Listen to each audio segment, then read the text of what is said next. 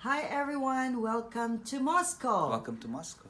Okay, so just wanted to share with you, especially to those people who's been asking me on how to become a flight attendant. So I have a friend here. He's been in the airlines for a very long time. So I'm just gonna ask him some things. So maybe you can learn from what he's going to share. So anyway, good morning again from Moscow. This is Migs Del Socorro From Cebu, Philippines. Sa taga Mandaue, actually. Right. Mandaue, Cebu. English, please, kasi it's not only.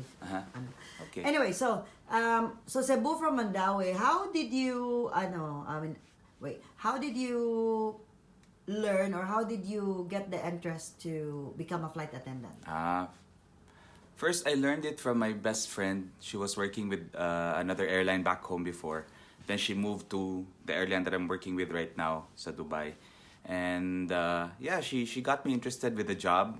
And for me growing up, I never really thought that this was a possibility that I could be a flight attendant. Like in my generation, like I don't think there were like not so many courses, or there wasn't that much of interest. Like when I was like in college, I felt like, because I studied accountancy, I felt like that was the career path for me. But I've always known that I was a career person.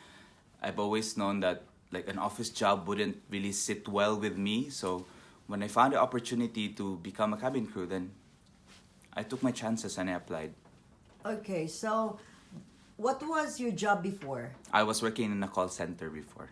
Call center. So if you really look at it, it's customer oriented as well. Customer right? oriented, yeah. And was it like, you have a friend, so it started from there. You had a friend that was working in the airlines, and that's when you got the interest to also work for the airlines. Was it difficult to apply, or was it, what was your struggles during that time? I don't know. I thought that I wasn't tall enough because I'm only 5'7", and I thought that, I don't know, like I wasn't cut for the job, because obviously in the Philippines back then, like you would think only like model-esque people can be flight attendants. And yeah, that's probably the struggle that I had in the beginning. And then I thought if I could just let my personality come out in the interviews and in the assessment centers, then I could probably have an edge over other people. So that's it.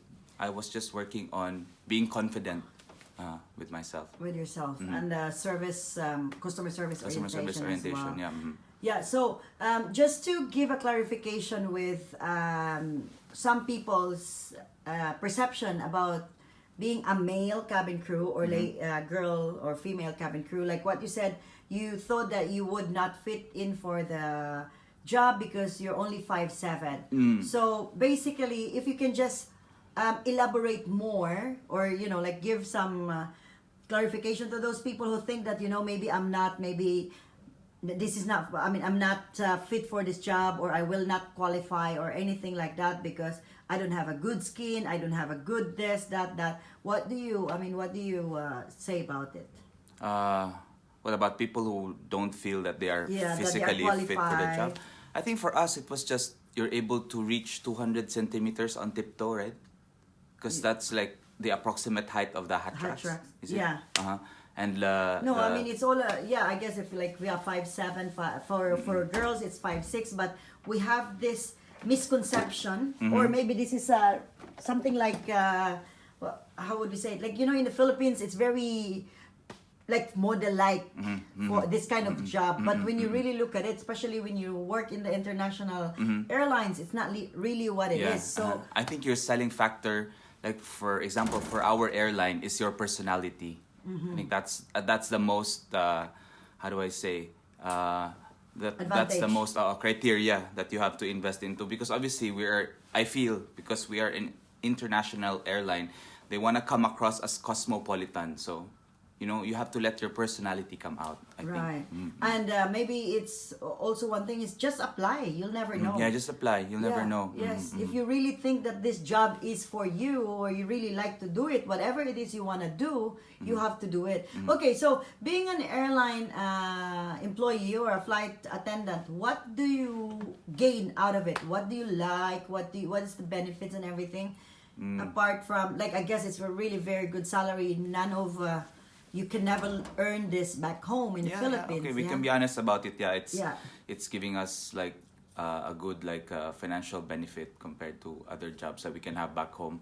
But for me, I think it's cliche to say, but it's the people that makes this job really interesting for me, because I get to meet so many different kinds of people with different cultures, different backgrounds, and it's what motivates me now. Like, yes, of course, layovers, like getting to see other places and getting to experience, like, you know, how it is and what the food is like. So that's also one thing. But for me, it's just basically the people. Like, that's what gets me motivated to come to work. And you become more educated about places and everything, about the other things, about the culture and stuff like that.